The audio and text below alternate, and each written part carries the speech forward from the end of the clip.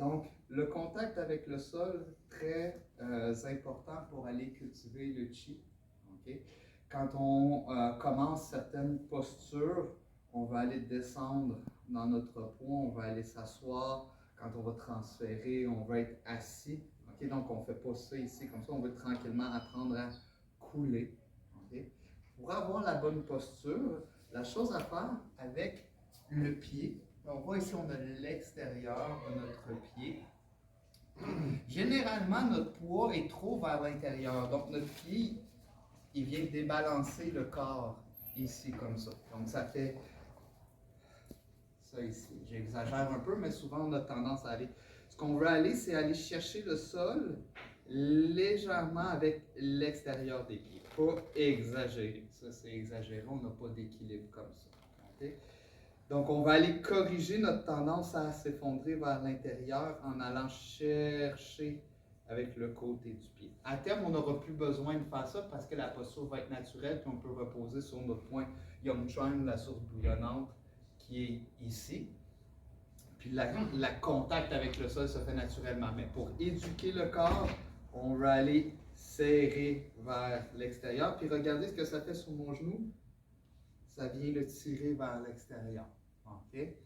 Donc ça, c'est la première chose. On va aller prendre le sol. La deuxième chose, on va imaginer qu'il y a un bâton qui pousse vers l'extérieur. Donc je viens prendre le sol, puis avec mes genoux, ça vient faire choum. Je viens aligner rotule à mes orteils. Okay?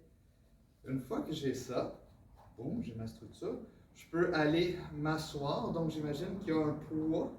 Puis le poids me draine, me permet de couler gentiment vers le sol. Je n'ai pas besoin de descendre très bas, mais je vais aller couler. Okay? Pour plus de facilité, souvent on a tendance à avoir les pieds parallèles. Pour plus de facilité, je conseille d'avoir les pieds légèrement ouverts. Okay? Puis avoir une distance d'à peu près 4 points entre les pieds. Okay? Largeur des épaules ou un peu plus large. Et je vais m'asseoir sur mon poids. Donc ça ici, c'est la posture que je vais obtenir. Donc je suis assis sur mon poids. Avec le temps, je vais pouvoir m'asseoir de plus en plus. Okay? Donc quand on fait Baoyan Choi, ce n'est pas nécessaire, mais au partir du moment où on commence à faire Sangsang, ici, au Hunyanzang, on va aller s'asseoir. Très important parce qu'on va aller remplir nos deux jambes. Sinon, on ne peut pas travailler les coupes jambes pleines, jambes vides. Si on est comme ça ici, ça ne va pas très bien. C'est pas très souple.